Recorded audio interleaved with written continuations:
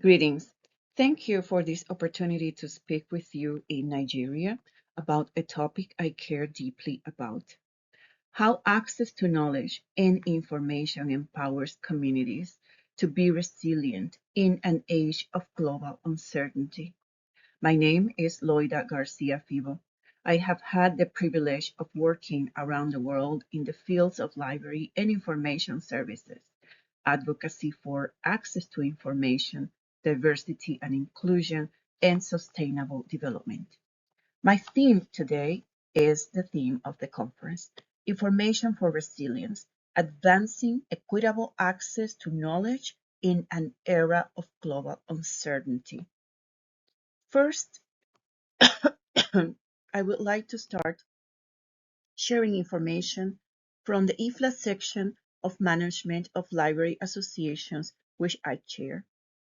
This past year, we have focused on 3 areas: events with different library associations around the world, webinars, and mentoring of library associations. And they're all around the priority areas we had selected. And these are library advocacy, strategic planning of library associations, financial sustainability of library associations, membership retention, and information integrity. I would like to encourage everyone to visit our site at the IFLA site on IFLA section Management of Library Associations to see our latest report of activities. We also have a series of videos from different years, and I would like to encourage everyone to visit our YouTube channel. For instance, we had a series on library advocacy in different languages. We also had a series on empowering library leaders and diversity worldwide. And there is a blog about this on the IFLA section of Management of and Marketing and their blog. And this is an example of one of our series on the Sustainable Development Goals of the United Nations. And these series are presented with different regions of the world. We also had a project related to advocacy, impact evaluation, and library associations. And this is an example of our series that we presented in different languages. We also have some writings and publications on our site. I encourage you, for instance, to read more about our activities in different regions of the world. And this is a compilation of the different web series that we have on our YouTube page. At the same time, I would like to conclude this first section of my talk mentioning that I'm also chair of the American Library Association IRC United Nations subcommittee. And as such, we presented a program during the last United Nations General Assembly on 2024 and also on 2025. And we are delighted to have done that.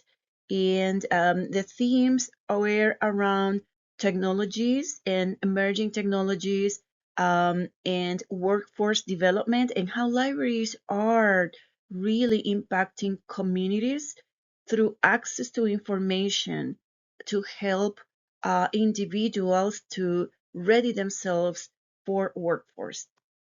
And I would like to encourage you to visit these different sites that I have shared for more information. Now, let's go back to my topic: information for resilience, advancing equitable access to knowledge in an era of global uncertainty. In my view, information is not just a commodity. It is a lifeline for communities when challenges arise: climate shocks, economic disruption, pandemics, digital divides, social instability. Today, I'll share a framework and actionable ideas for how we can advance equitable access to knowledge in Nigeria and beyond, so that information becomes a tool of resilience for all. Why resilience and why equitable access to knowledge? We live in an era of global uncertainty, climate emergencies, economic volatility, digital transformation, shifting geopolitics, pandemic aftershock. Resilience means the capacity of individuals, communities, and systems to anticipate, absorb, adapt, and recover from shocks. Knowledge and information fuel resilience. They support informed decision-making, enable innovation and adaptation, support social cohesion. But access to information is not universal. Many populations remain underserved or marginalized. Without equity in access, resilience remains uneven.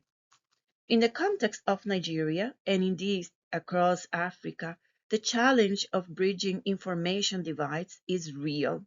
And this is real not only for the African continent, but for many areas around our world. Rural communities, marginalized groups, lower income populations may lack physical access to libraries or digital connectivity, but they stand to gain the most from strengthened information ecosystems. My commitment is that equitable access to knowledge must be a central pillar for building resilient societies. Now, the value of information in uncertain times, and some illustrative roles of information. For instance, early warning and preparedness. When floods, extreme weather events, or health emergencies strike, access to timely, reliable information allows community to prepare, act, and reduce harm. So the first one is early warning and preparedness. The second one, adapted learning and innovation. Communities that can access information, best practices, research, case studies, digital tools are better able to adapt their agriculture, livelihoods, services as conditions change. Third, social inclusion and equity.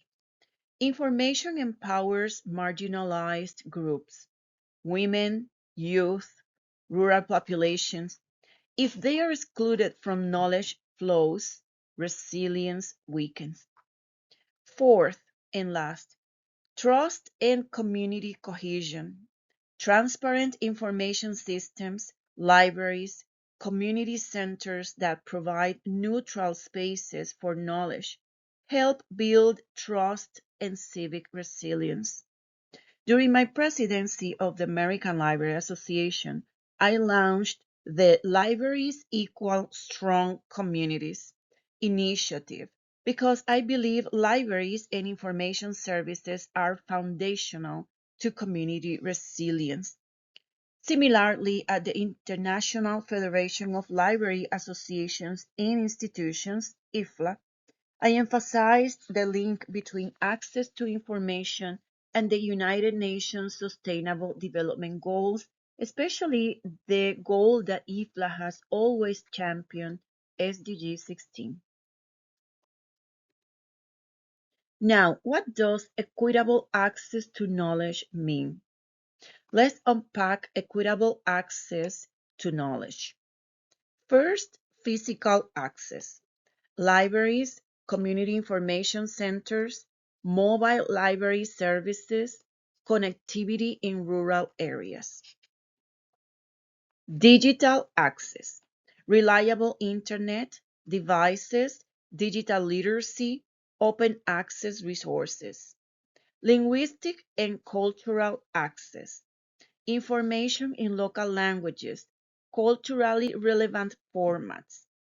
inclusive access, ensuring women, persons with disabilities, rural dwellers, youth are included.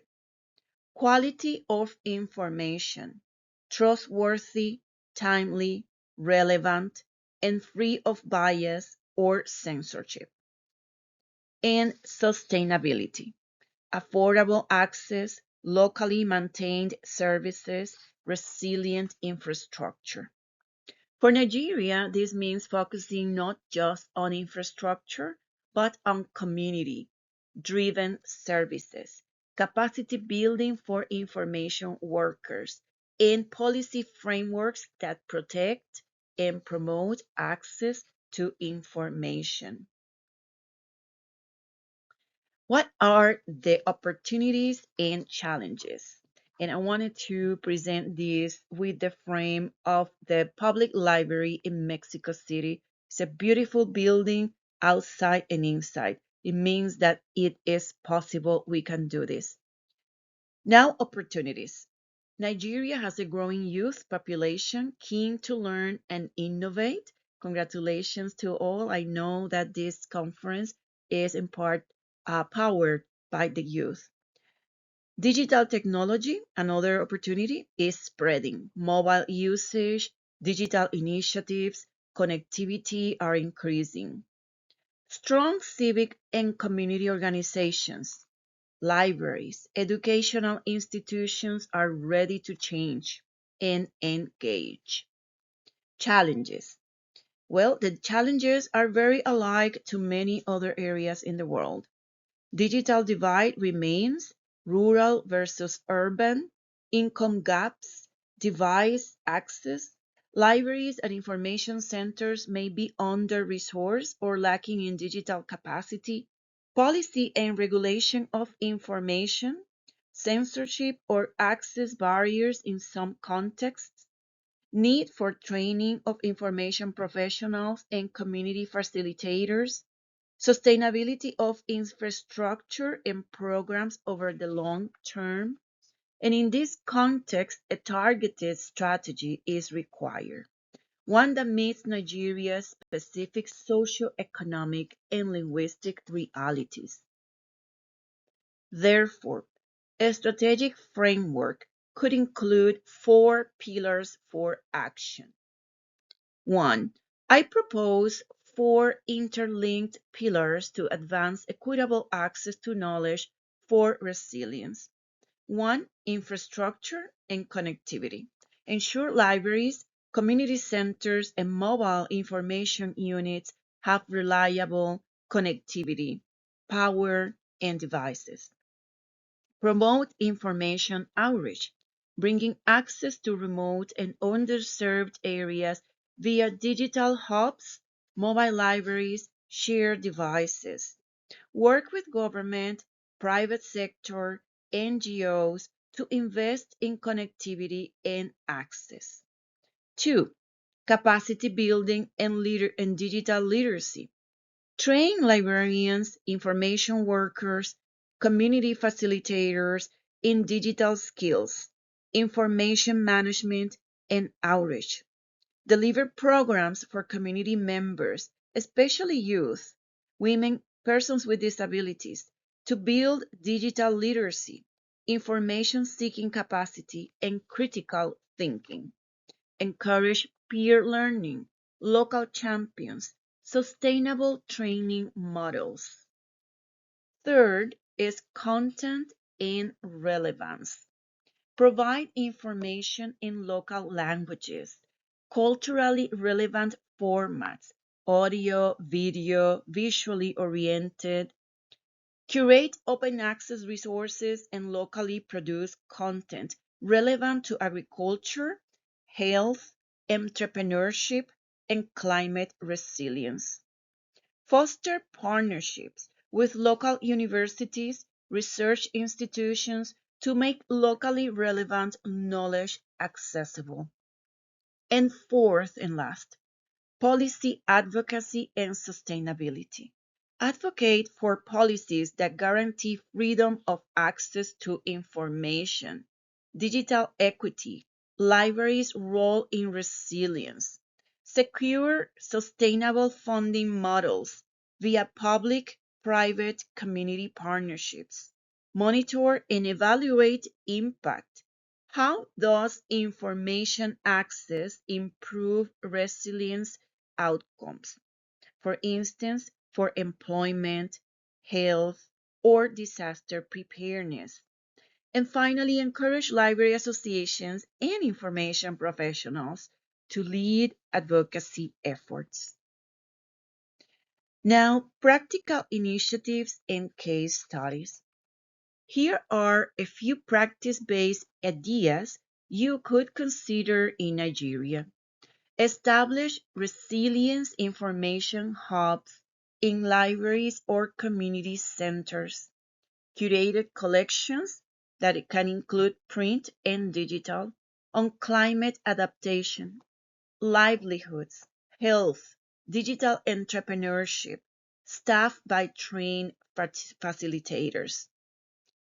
Mobile library internet vans for remote rural areas, providing devices, connectivity, library services, and training workshops. Also, local language digital content development, video tutorials, podcasts, infographics on adaptation and knowledge for resilience, and made accessible via offline and online modes. Digital boot camps for youth, women, persons with disabilities in underserved communities, linking to local business incubation and innovation challenges. Finally, advocacy campaign for information for resilience, raising awareness among government, funders, and communities about the role of information in building resilient societies, and information support for libraries and information services. During my work through libraries and international organizations, I have seen that trained, connected information workers greatly enhance community outcomes, and that partnerships between libraries, governments, NGOs, academia, and the private sector amplify research and sustainability. Now, what are the indicators of success? What does success look like? Some indicators may include increased number of library community information centers with internet access and devices in underserved areas, growth in digital literacy among different groups, for instance, rural communities and youth, uptake of locally relevant information resources, downloads, visits to digital content, attendance at workshops, use of mobile library devices. Documented improvements in community resilience outcomes.